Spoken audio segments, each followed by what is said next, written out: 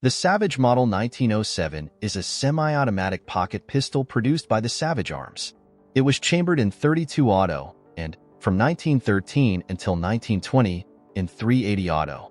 Although smaller in size, it is derived from the .45 semi-automatic pistol Savage submitted to the 1906 to 1911 U.S. Army trials to choose a new semi-automatic sidearm. After several years of testing, the Savage pistol was one of 2 finalists, but ultimately lost to the Colt entry, which became famous as the Colt Model 1911. 181 of these .45 ACP pistols were returned to Savage after the testing and sold on the civilian market. Although it was designed for civilian use, the French government purchased over 20,000 .32 auto Model 1907s between late 1914 and 1917 for the French military in World War I.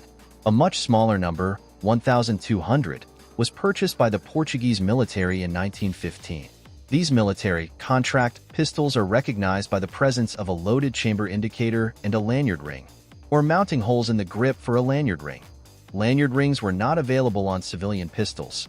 The Savage Model 1907 has many parts in common with the hammerless, shrouded hammer, Model 1915, which proved unpopular and was discontinued shortly after being introduced, and the Model 1917.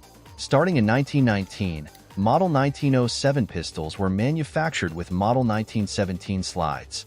Between 1910 and 1915, several minor variant forms of the .32 calories Model 1907 pistol appeared. These included types with lanyard loops, cartridge indicating collars around the barrel at the chamber, and variant styles of sights.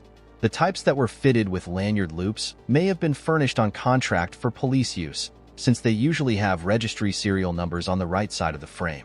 Savage 1907 was the first commercially pistol available with a double-stacked, or staggered, magazine. Designed by William Condit, Elbert Hamilton Searle, and Morris Smith.